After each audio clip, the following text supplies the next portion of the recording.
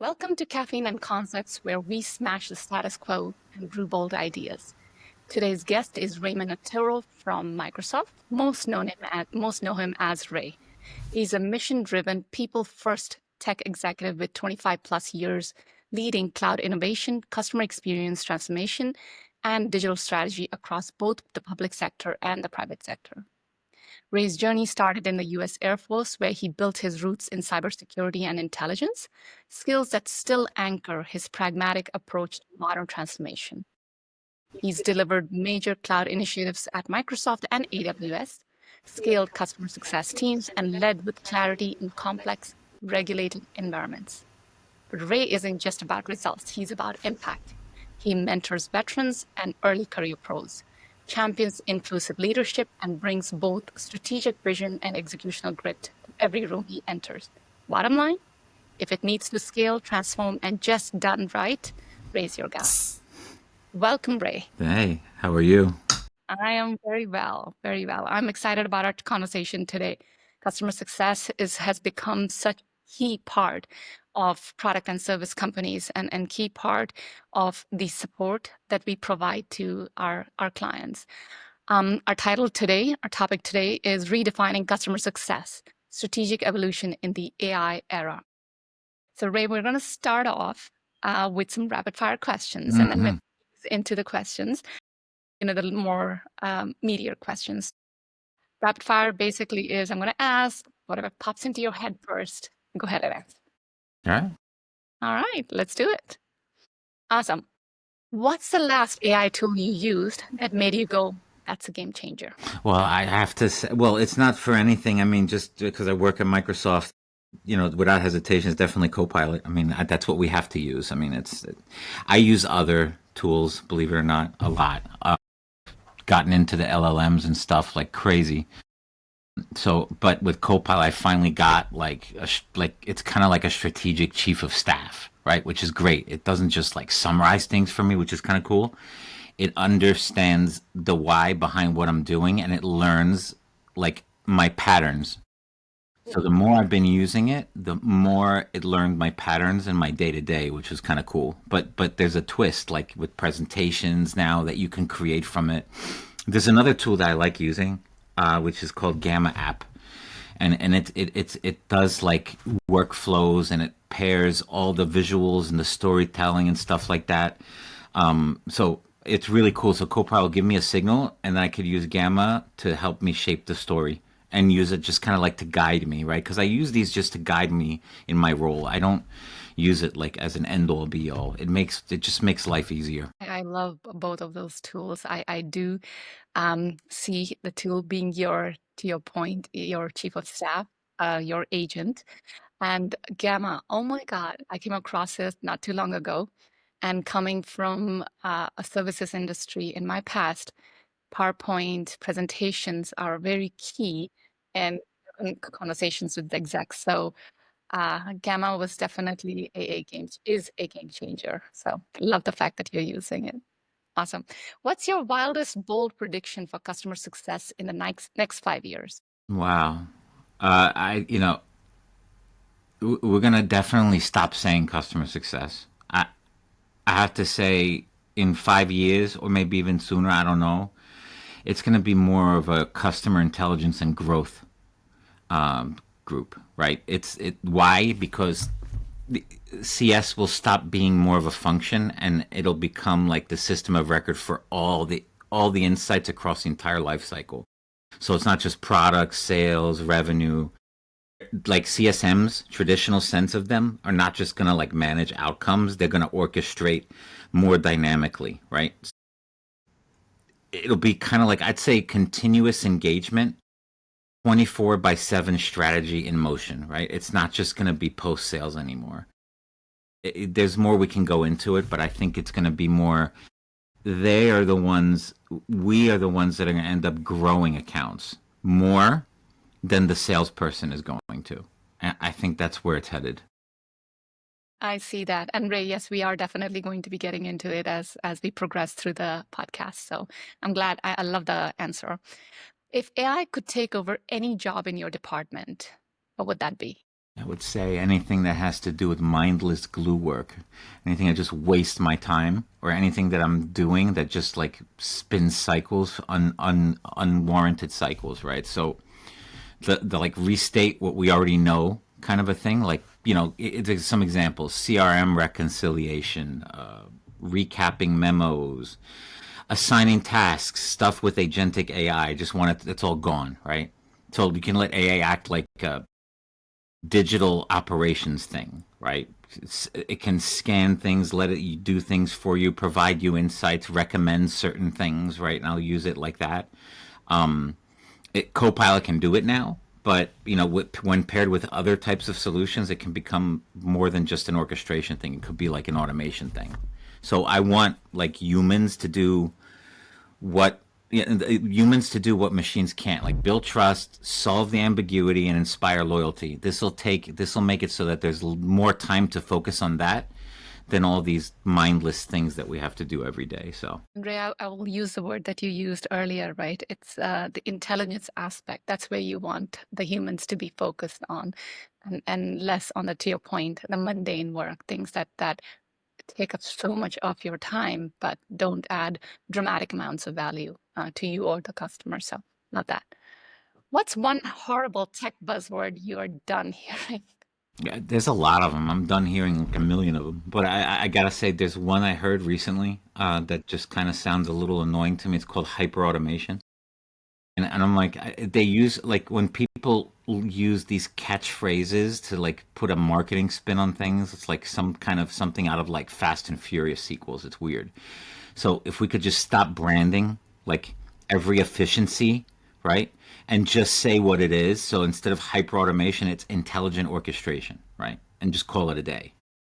Automate what drains creativity, amplify what creates value. It's like, buzzwords are great, but they don't really build trust. Clarity does.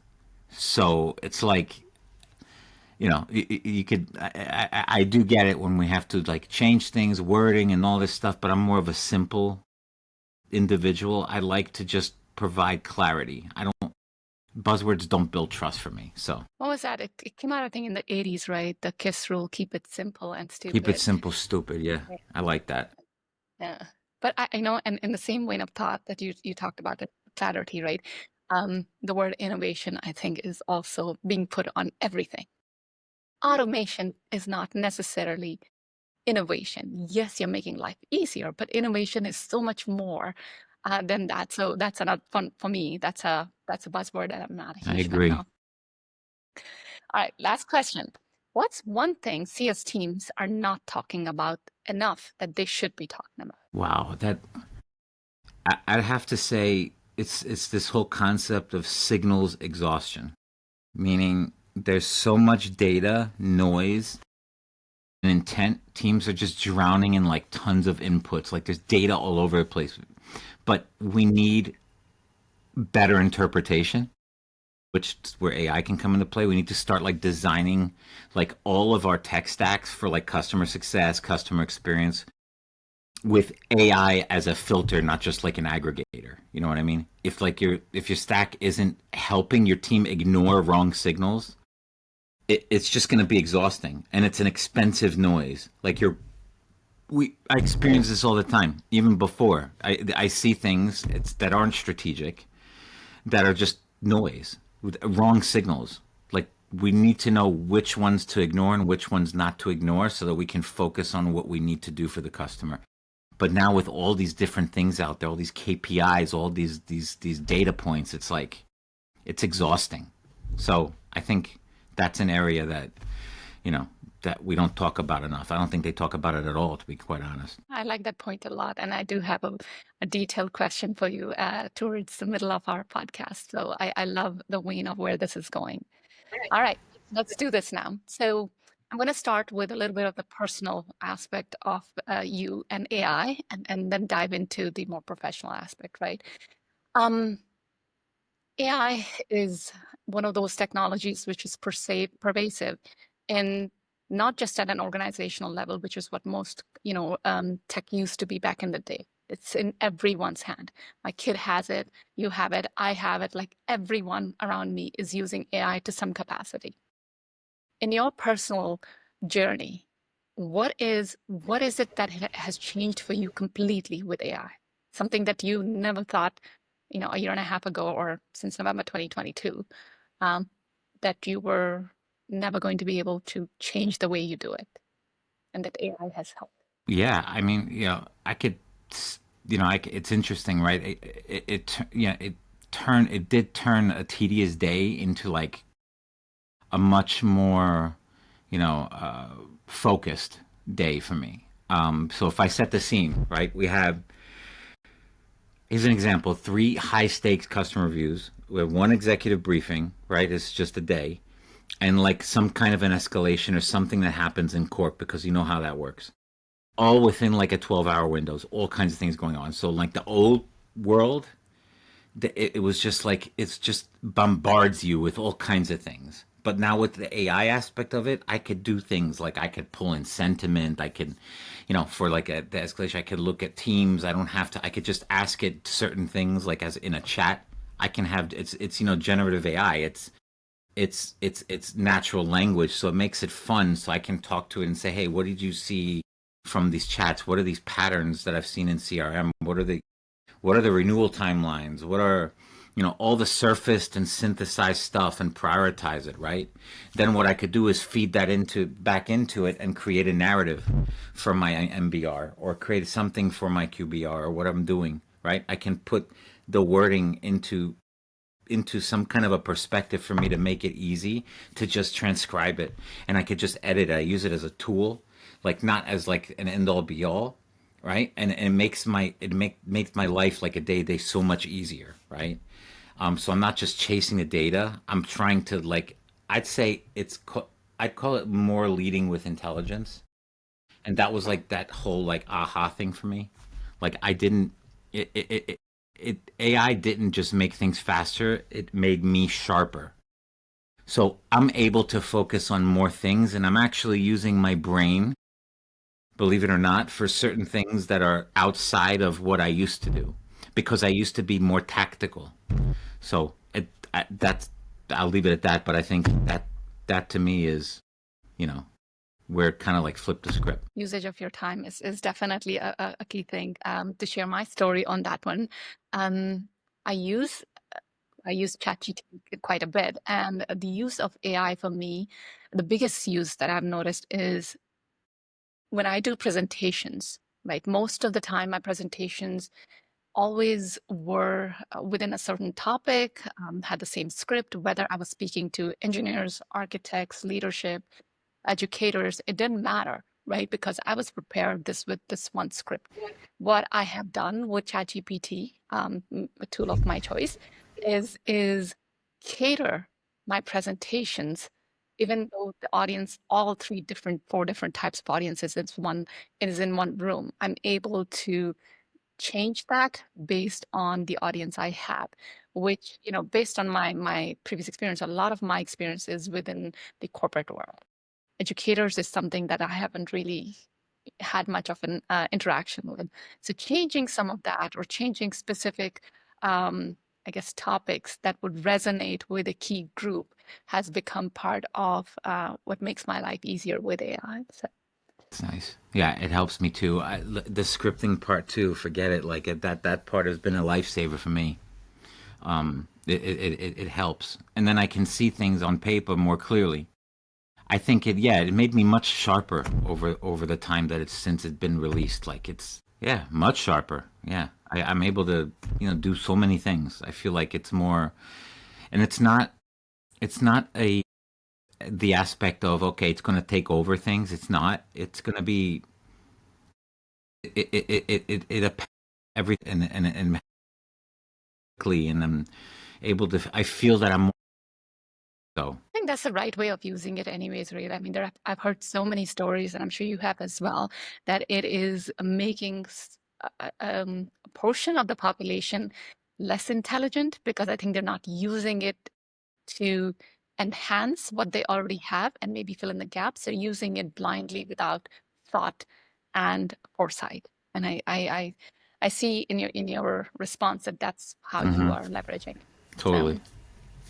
So I'm going to take a step back and for some of our audience, I'm going to kind of define what customer success is, right? Today, not today, pre AI, I should say, right? Customer success is basically a strategic business function that helps to ensure that we are helping our customers reach whatever desired outcomes that they want from the product or the service that they have brought from you, right? And the key characteristics of a customer success organization is that it's proactive and not reactive. It's relationship driven, long-term partnership, and it is outcome oriented. The typical things that are done by a person within the CS organization are onboarding, helping the clients with understanding the product/service, monitoring, identifying risks, intervening, so on and so forth, and QBRs, MBRs, so on and so forth, right? Now, with AI in the picture, all of this is still there, but it's changing, right? How are you seeing those changes, not only being impacted within these areas, but how are you seeing within your team? How are they leveraging it? How are they getting impacted? What are the positives and some of the areas that you think still need to be improved upon? Yeah. No, that's a good question. I have to say, in everything, our success and experience organizations using it in everything that they do, and we need to. They're telling we need to. The organization in general is moving towards a continuous improvement model where they are integrating AI into almost every process possible. And that is an initiative that's been going on for the last, like, started since the middle of last year. And because of that, we're finding that, with the operational tasks and the things at hand from what a traditional sense of a customer success person needs to do, they they need to be there with the AI component. They're not just doing the tasks that are necessary but uninspiring, but they're also doing more strategic items for the customer and helping build out certain things. Like some areas that worked really well are, the onboarding paths, like changing, there's certain things that they're doing now with different accounts that, with AI, they're able to help, like, okay, they can utilize, we have certain agents that are built that now they can go in as a CSAM or customer success person and go in and say, I have this customer. I want to be able to help them onboard more quickly for certain things. And what do you suggest? And now it has direct insights to all the data and stuff that's on the back end, right? It's like this massive data lake, which is so cool. And they're able to get prescriptive guidance from these agents to help them do what they need to do, right? And reduce churn. Another aspect that works really well is like, you know, pattern velocity for what we're trying to do from an engagement scoring perspective is look beyond the usage of pattern velocity. Like when someone stops exploring features, like someone stops looking at something, you see that they were playing around with a tool or whatever we have that we're selling to them. It's like, then they stop, right? And it's that aspect of the engagement, right? That it also is now able to look beyond that, and it's also integrated into a lot of our back end tooling and things that we have it's better integrated with our like CRM and all kinds of things. So it's really really cool, and it helps us like pull data more quickly and do all kinds of things. I'd say if we were to do things that could be better, I would say is you know it the AI stuff is a note taker and it does certain things, right? But there needs to be, like, if we're doing certain things, what we're trying to do is auto build, like, QBRs and certain things around that nature. But you can't really standardize across every account because every account is different. So what happens is you could leverage the AI for that to get to a certain point, like 50% of the way, but there's still that manual effort that needs to happen with certain things like dynamic dashboards and things that we have to throw into a QBR or something like that, right? So it to me, that's an area that's just that we're kind of playing around with a little bit more. So Yeah. I like what you said regarding the monitoring of risks, right? Or the usage, the specific example that you gave, because I think what it does is you as a leader, right, can leverage the data and make decisions. But if the data is not good or not there at all or not in time, right, how do you make your decisions? So to what you were saying, AI is giving you those that data, that report, that analysis, so to speak, so you can get in front of it a lot That's right. faster, which before you had to wait, what, 3 months? And I'm making this up. I don't know if it's actually 3 months, but there was a lag between getting all of that data, that reporting, and analyzing it, and then getting it front. And sometimes that's a tad bit too late, depending on what industry you're dealing with, because it's critical. Certain industries are a lot more critical. That's right. Um, I know I know there is a component of customer success that mixes with customer support or interacts, I should say. And some of the times I know, and playing a customer success role in my past, one of the things I constantly had to deal with is I'm not customer support, I am customer success, right? But I do ensure that I am supporting my client in their success, in their needs for if there's an issue, right? How are you how are you seeing the distinction between customer success and customer support being defined a little bit more clearly with AI? Yeah, that's so. If I were to distinguish the two, right? So support is where AI should answer faster. So with support, you want to think, what's the fix? If you're talking about success and experience, that's where AI should advise smarter. So this aspect, I would think, what's the play? In support, it's really around resolution, right? Really resolution and getting to the bottom of things, right? In a success world, it's about momentum. So if you use AI and customer success, it could suggest like the next step before anything else realizes that one is needed. You know what I mean? So I think Mhm. yeah, so I think that if I were to distinguish the two, that's how I would do it. What's the fix and what's the play? Momentum, resolution, if I were to do it simply, 2 words. And to me, that's the big difference. And that makes sense, strategic and Yeah, tactical.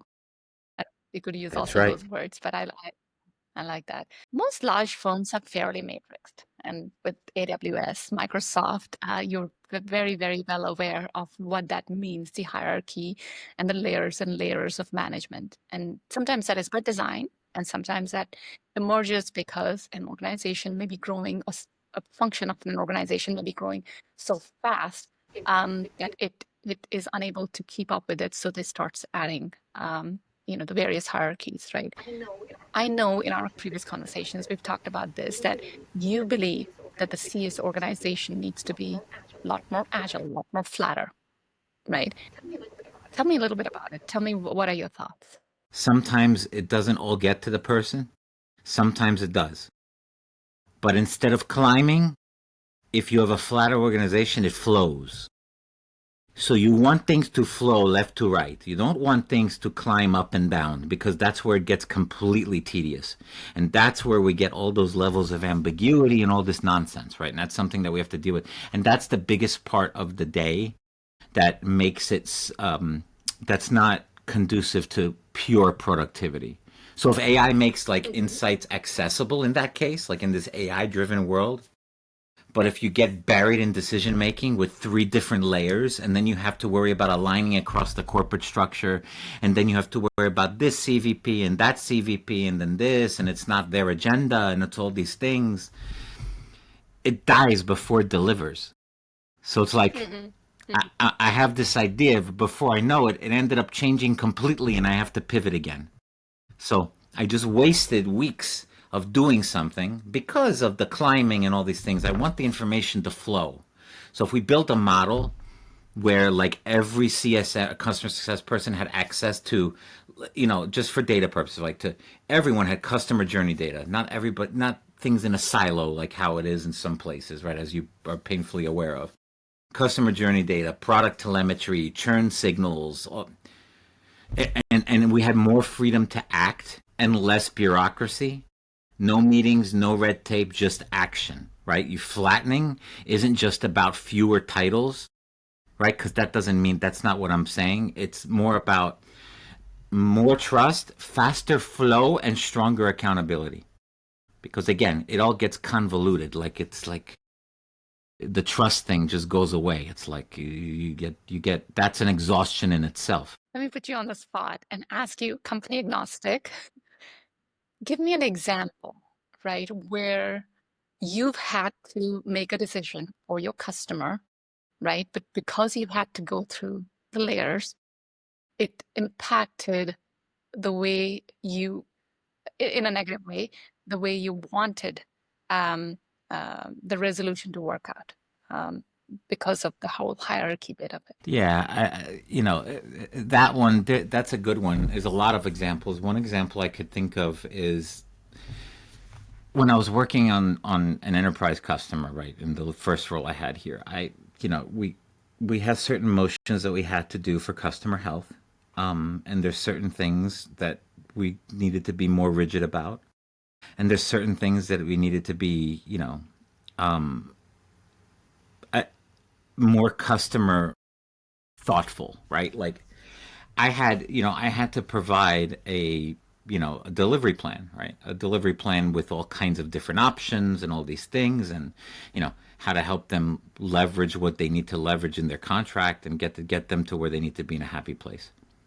However, with the different aspects of leadership and things that got involved, I had to make so many different changes. I had to, there was like, no, we can't offer this, but we could do that. Oh, this is not what the customer expected. So there was some missed expectations in the plan itself and what they were thinking about. So it was an issue of where certain levels of bureaucracy got in the way of working backwards from the customer and taking what they want and just putting it into their own words and creating it. Case in point, with that delivery plan having to have a rigid format that we would deliver, I needed to think outside the box and create something that's more conducive for this customer to leverage internal to their environment, because otherwise it wouldn't go further than the person I was delivering this to. It needed to have the verbiage, the content, and things that they wanted to see that they could then reutilize to then bring to other people so they can show and champion what we're doing with them. But because of the different layers and things that I had to go through, and then had to have all these discussions and is this okay that I do it, and the approval and all these things, it was counterproductive. It didn't make for faster flow, and the customer was losing trust. So there's some aspects of what you do that you need to think outside the box and not just think one way, and try to make things fit for what the customer needs. And there's a balance, right, with that, and then all those layers I talked about. So that was it's interesting how to balance between what you're up against internally and what you have to do for the customer externally. And you're right. I think that definitely is a tightrope a lot of times, depending on how big your customer is, the revenue that they're bringing, the internal environment, culture, so on and so forth. But I do love the thought that we do need to be, less, overwhelmed by the layers and layers, so that we can make the best decisions for our customer, Right. and for the company as well. So, um, so I love your thought process around organizational structure, how you're leveraging AI, the strategic way a customer success organization member should be thinking about it, right? And leveraging AI. But AI is it's an easy to use tool, right? And you're using it differently. I'm using it differently, and so are other folks, right? How do you ensure that within your team they are leveraging AI and being skilled for it and reskilled for it, or upskilled is what I should say, in a standardized way so that everybody within the team is having the similar type of output, similar type of thought process. So when the customer is listening to things coming out of your team, it's an orchestra and not individuals singing or playing instruments separately. How do you focus on what kinds of upskilling and reskilling are you focused on for your? Yeah, okay. If I had to put it one way, here's a new skills metrics for you. So the way it used to be, like as AI kind of like shifts all the work that we're doing, it also shifts the skills, obviously. And there are key areas that I found very, very useful that I even put into the plans for people on my team and for them to learn. And we're doing this internally too. And other companies are doing the same thing. I would say from a new skills metrics perspective, I would say prompt engineering, number one. You learn how to talk to it. You learn how to, like, AI is like, it's your top analyst. It's not like, it's more about precision when you do engineering of prompts and certain things that you're doing or how you're talking to it, because it's generative AI. It's a language model. It learns and it figures things out. It's more about precision. So if you're able to do certain prompts in a certain way, it makes the experience that much better. So that's number one. The second piece is data storytelling. We know storytelling in the traditional sense of customer success and whatnot. And even the account teams learn how to do storytelling and tell the story within a shortened period of time to make that impact known. But in the aspect of data storytelling, we don't just find the trend, we communicate it with context and clarity. But with AI, it makes it a lot easier. So if you learn how to do data storytelling more appropriately, it'll make your job easier. So that's number two. Number three on that aspect is AI enhanced empathy. So if we use the insights that the AI can give you, not just to script conversations and just read it like you're a robot with no brain. You want to use it to deepen the conversations, right? You could use it, and if you do the right prompting, which goes to the first point that I mentioned, and you do certain things like, okay, to be more curious with it and ask certain questions, say, oh, okay, what do you think about this? Or how can I do this? Or how should I frame this? Or how should I do that? And then have this more is AI enhanced conversation as opposed to just this scripted conversation, right? And when you're scripted, you could tell. And I know certain leaders that tend to be extremely scripted, and to me that's not a good experience, right? So we'll leave it at that. The next piece is, I would call it strategic design thinking, right? Meaning map journeys where AI adds value at the right touch points. So you're not just like automating tasks, for instance. You're you're looking into the right touch points for wherever you are with your customer, or what you're doing internally doesn't matter, like what kind of role you have. You want to frame it in the form of a strategic design thinking mentality, right? So there's a whole training around that too. So if you want to be AI literate, it's not really, in general, it's not optional anymore.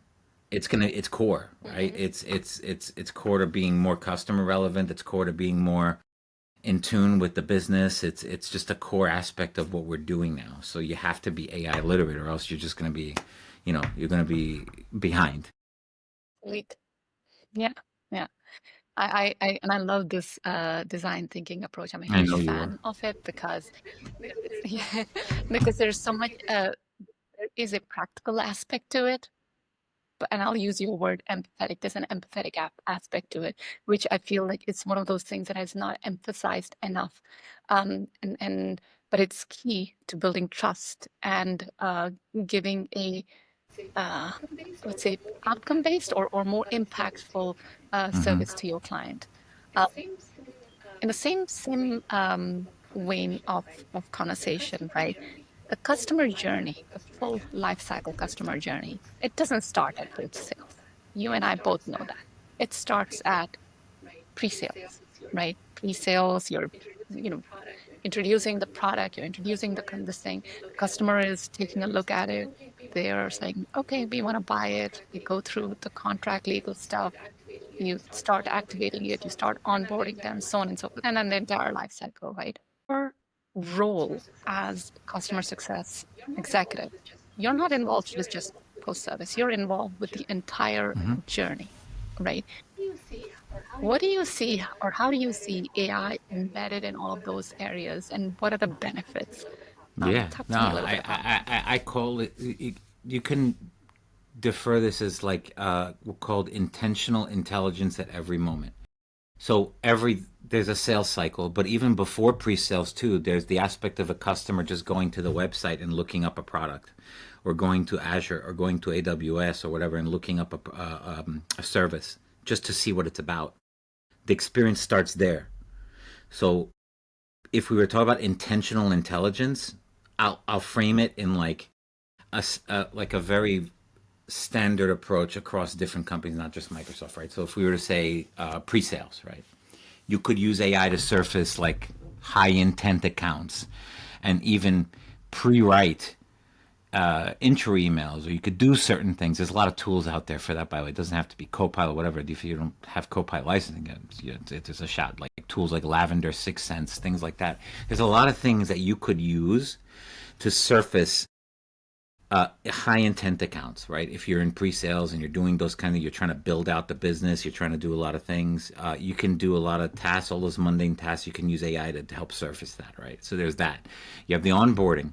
You can use it to create like dynamic playbooks, and you can do it based on persona. Who would have thought? Personas, segments, you can create, in customer experience, we have this whole notion of customer journey mapping. So I could use it to just help me create a full customer journey map from end to end based on what I feed it. So, and based on segment, right? So you can do that, and it'll help you get the job done more quickly instead of wasting days and cycles trying to do it from scratch. There's another aspect, which is adoption. So, like feature friction alerts, or usage issues, or churn, or whatever you want to call it. Like having like a more proactive approach to like these alerts, and it comes to you, or if there's like I'm working on something like on the side where there's an AI bot that has its own identity that'll come and tell me, you just got some bad feedback. You just got some interesting trigger on an account or something like that. What do you want to do about it? So if you were to get to a point where you can make it agentic in the adoption cycle, then there's no limit, and you're going to have a very good focus, right? So there's renewals. So AI, scoring, paired with like renewal playbooks and all these things that are auto distributed to account teams, like the standard kind of boilerplate stuff. You could use AI to help with renewals. You could use it to do like scoring based on where you think that the renewal could be for a customer, right? So there's that, and there's advocacy, ongoing advocacy. So like you could even use it to, outside of just NPS scores and CLV scores and all these things that we have from our surveys and whatnot. You can use it to understand meeting tones, like behavior modeling. Like you could, there's certain tools that you can use out there that it can say, smart detection. Oh, I detect that this guy's he's loving this. Like the way he's responding, the words, the verbiage, you know what I mean? It can analyze that kind of a thing. You know what I mean? So, that part's kind of that part's interesting to me. And I'm going to touch upon that topic in a second, but having, to your point earlier, you talked about a tech stack that is essential to be defined within whichever function we're talking about, customer success here, right? And I think that helps dictate then the integration that can happen across the entire journey, right? And that takes a really good understanding of the various metrics that you may want to get out of each of those phases of a customer journey. I love every example. I wish we had more time to discuss every one of those, because I think that we could talk in quite a bit of length on each of those phases, with the lens of tech, data, people that are involved within it, the kind of things that you want from an outcome-based perspective. How does it transfer from one phase to the next, and what is imperative, and how does it loop back? I'm getting too excited about that, but that's one of the, I really like that point, so I wanted to reiterate it. Your second point regarding metrics. We are a society driven by metrics. Everything we do has a success metric behind it, right? In the world of customer success, to your point about NPS, health scores, customer satisfaction, churn rate, product usage metrics, so on and so forth. I mean, there's a million of them out there, right? So a couple of things in there. How is AI changing not only how we get that metric, but how do we interpret that metric, those metrics, sorry. And you don't have to talk about all of them, just a few, if you want to touch Yeah, upon some of them. it's changing it in a way that's more. We're moving towards more of a predictive orchestration model.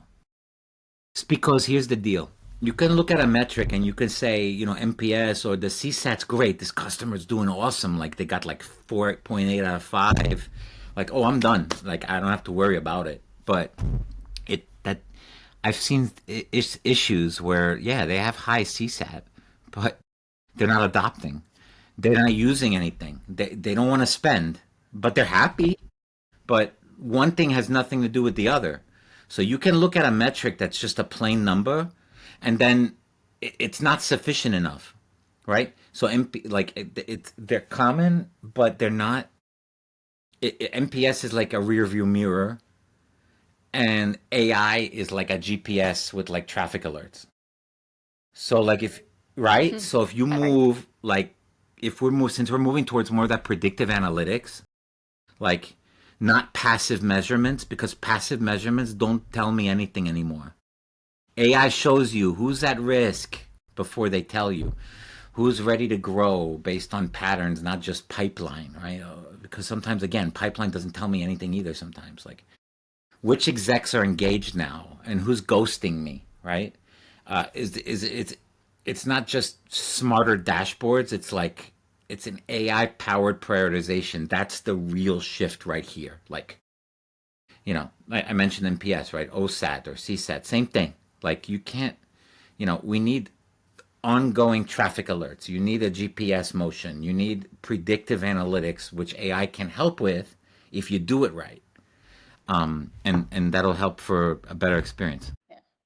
And I'll translate that to, I think it is the analysis of that is so much more important, not just for the CS organization or leadership within that, and how you're driving either that customer or the portfolio of that industry, but it's also imperative to the product teams, right? To point regarding um, prioritization, you are you can help the product team to figure out what are the products features, sorry, that they are really honing in on, or something that could be expanded on because it is either being used more or it does require a little bit more work for better revenue, so on and so forth. So I like the multifaceted impact of what what this analysis or these analyses can bring Yes. into the picture.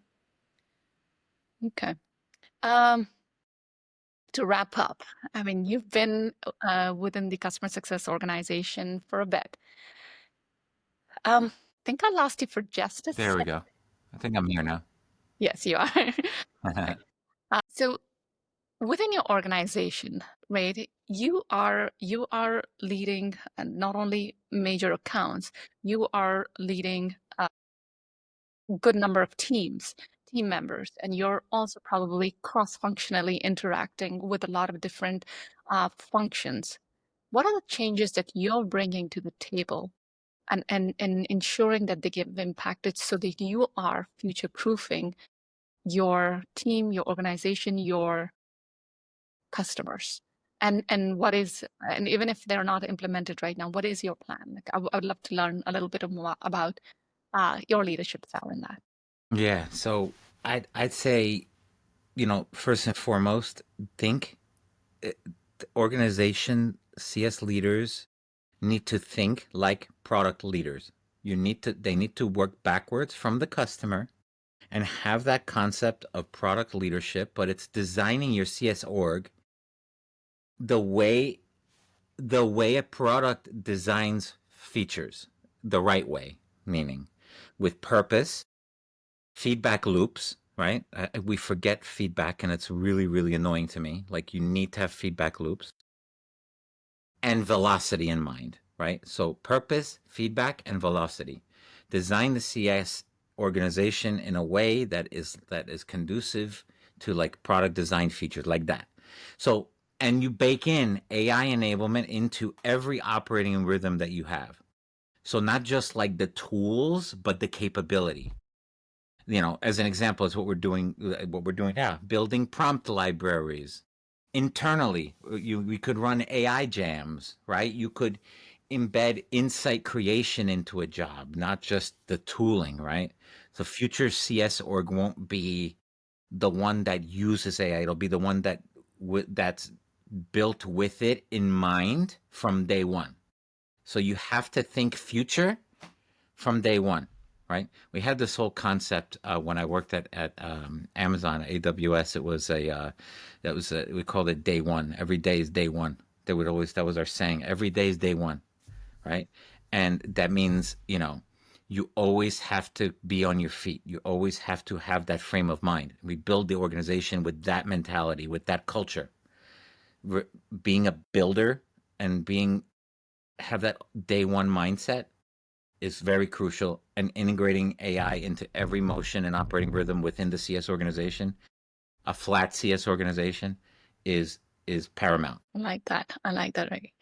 Our conversation today it covered every aspect, right? Whether it was your company, whether it is your team, whether it's your customer, and everything embedded with AI and leveraging it the more intelligent way. Any last words, Ray? Anything that you would like to leave the audience with? No, I mean, well, first off, I appreciate you letting me have a chat with you.